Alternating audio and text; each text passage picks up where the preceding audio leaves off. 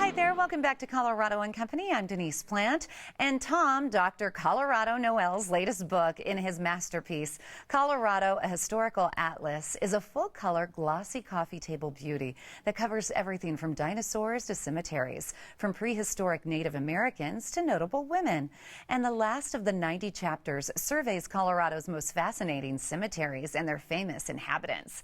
Tom, who's worked at Fairmount Cemetery while he was in grad school, is here to talk about these silent sleeping cities of the dead. Dun, dun, dun. Nice to see you.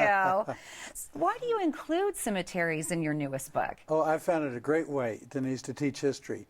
The kids are usually bored by history. Somehow if they look at a creepy tombstone or a big old mausoleum, say, who was that? Oh. What did he do? Why is he or she important? Yeah, people are fascinated with that. And of the many cemeteries that you include in your new atlas, do you have a favorite? That's a hard choice, but I think maybe Mount Olivet for some great angels there and one of the finest mausoleums in the state. This is the Catholic cemetery out in Golden, and here is that angel. Wouldn't you like an angel like that on your tombstone? Yes. You can go to his website, dr-colorado.com, and these are so popular, you even actually do a tour on Halloween of cemeteries, right? With History Colorado. That's always fun. Have fun. That has to be just amazing to check out. Of all the palatial mausoleums that Colorado movers and shakers built, what do you think is the most grandest of all? Here it is. Isn't this beautiful? This is the Verner Z. Reed Mausoleum at Mount Olivet. He struck it rich in Cripple Creek, and then in oil. One of the few guys that made money in both gold and oil. And that is made out of Carrara marble in Florence, Italy, taken apart and shipped here. It has a beautiful altar inside with stained glass. Do you know how long it took to build? Boy, I'm guessing a year or two, and it was a famous Florentine sculptor whose name I've forgotten. And who's resting in there? Verner Z. Reed. Verner Z. Reed. My goodness. Have some cemetery buildings been designated as official landmarks? Yeah, Fairmount's wisely designated their Little Ivy Chapel. The chapel you see here is an official Denver landmark. Also the gatehouse there. And the Tower of Memories at Hollinger's is also a designated landmark. Do you include the bad as well as the good in your new book of cemeteries? Yeah, history would be dull without any villains or I know. Dun, bad dun, guys. dun. So who do you include as the bad guys? And this is probably the worst of the worst. Colonel John M. Shevington, the guy who slaughtered the Indian women and children at Sand Creek. Yeah. You remember that back in 1864. They were camped where they were told to camp, under a white flag, under an American flag, and he rushes in and slaughters them, mutilates the bodies. Gosh, that's heartbreaking. That's horrible. And I find it fascinating that you also include these as you teach your students, and they get to dress up and portray some of the characters. Right, that's more fun. And I find that once they get dressed up in costume, they feel they have to do their homework. They have to study who was this person, when were they born, when did they die, what did they do.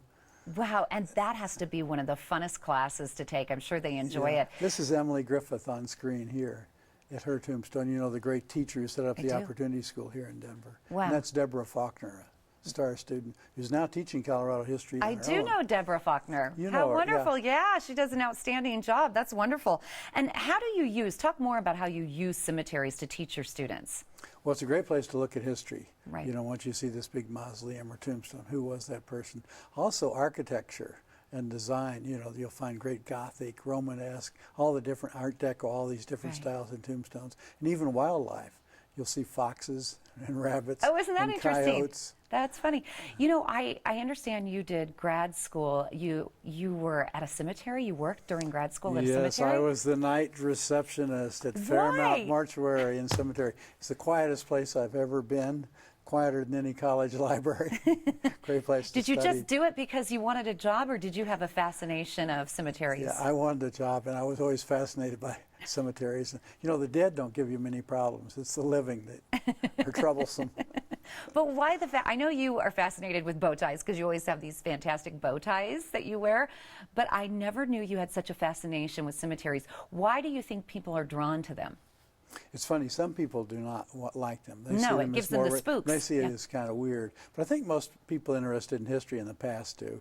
And the sad stories they tell, like the tombstones of all the little kids that died, all the children died, you know, just a day or two or 3 days old. One of the saddest I ever saw was up in Central City, where there was one tombstone for Mary with a little lamb on it, then another Mary, and the third Mary. And you wonder if this family maybe had a fourth little girl named Mary who survived. Yeah, that does. That's an interesting story. And if you're looking at the tombstones too, you can find so much about that person.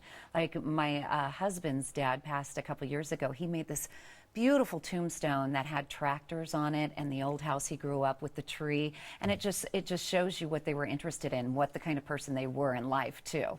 It's fun, isn't it? There's one at Mount Olivet, Bozo the clown, with a clown face on it. And I find fascinating too that you see the different languages. You know, here they had to speak English, but they're often buried in Czech or Slovenian or Russian or whatever their That's interesting. I've never thought about that. And is it true that Fairmont Cemetery has the most trees, the largest trees? Right. It's the largest arboretum in the state, where they experiment with all these different types of trees, and of course they keep them well watered.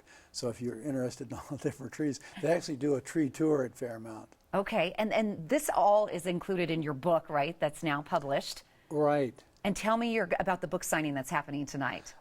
Tattered cover, and would love to have all of the fans of Denise Plant there tonight. 7 o'clock. This is the tattered cover on East Colfax at Elizabeth and Colfax. That's a great location too. And if you've never met Dr. Colorado, take advantage of this. You will absolutely love meeting him in person. He's full of knowledge of Colorado and just a great guy to talk to. Now, what are you doing for Halloween this year at the cemetery? We're going to be doing Mount Olivet. You are? Yeah. Which a lot of people have not seen. Many people have seen Fairmount or Riverside, but this is where Horace and the baby doe Tabor are. The great Mullen clan, who did so much philanthropy here, Mullen School, Mullen Home for the Aged. He knows everything there is about Colorado. Well, it was always good to see you. And I love your new book. It's beautiful. I think that's the only one that I don't have, so I'm going to have to pick it up at the tattered cover. Again, Dr. Tom Noel, Dr. Colorado, will be presenting a free slideshow on the highest state and signing his newest book, Colorado, a Historical Atlas, tonight from 7 until 9 at the tattered cover on East Colfax. Don't miss the glossy full-cover coffee table beauty, which is also an encyclopedia of Colorado, from dinosaurs to DIA, from Mesa Verde to Colorado's leading literary lions and lionesses.